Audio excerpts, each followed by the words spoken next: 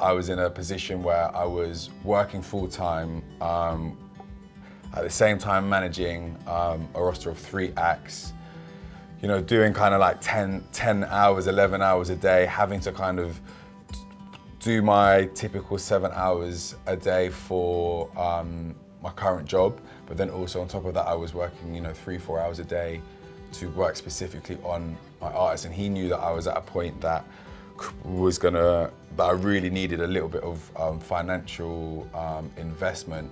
My honest opinion is just make sure that it's at that right point for you in your career trajectory, whether this is going to be the thing that makes you go from being a part-time manager to a full-time manager, potentially, or if you're at a stage where you just feel you need that sort of little bit of extra support. The learning part of it was by far the most important, and I think that needs to be why you want to do this course.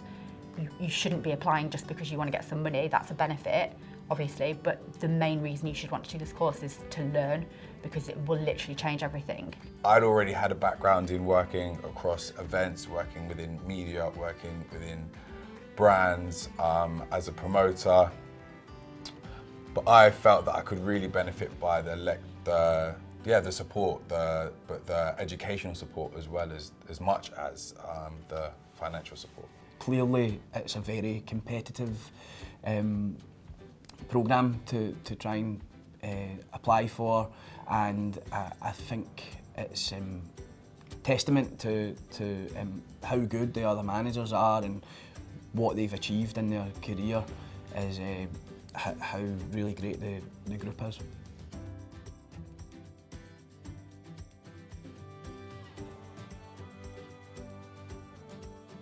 That was a really great exercise, and so even if like someone doesn't get the funding, it's such an amazing exercise, because I think as artist managers we're always thinking about the businesses for our artists, and we're kind of quite selfless in that respect, especially when we're independent. And that was a really good opportunity for me to look at like what I wanted to do, what I wanted to achieve for me and my business. So I had to present, here was my sort of 3 to 5 year business plan, the trajectory, some targets and ambitions for what I'd like to achieve in that time frame, and just really explain, this is where I'm at as a manager, these are the points that I want to get to, here are my clients, here's their music, these are the partnerships that we already have in place.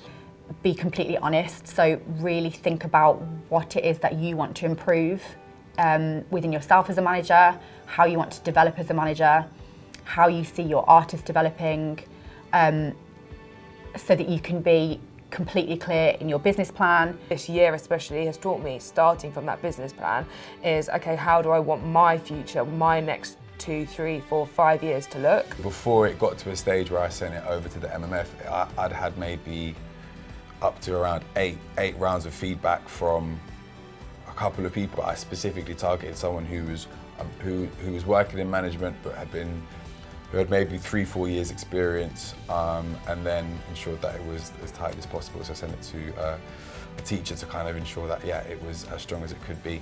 For me, it's been something that I've been able to look back on, been able to look back at my plan at the beginning of the year to see where I am in terms of progression. Am I fitting in with where I thought I would be financially? Is my artist still going along the same trajectory that we had planned originally? So I think the business plan is something that I would spend a lot of time on and really hone in on. Really makes you dig down deep, and I think as detailed as possibly you can be, it's not only good for the application, but it's also just really good for your own kind of like mental well-being and like thinking ahead to the next chapter in your own life, regardless of the funding. The funding's obviously fantastic, but honestly this year, it's given me such an overall vision for like what I want my business to be in the next like 10 years, where I want it to go.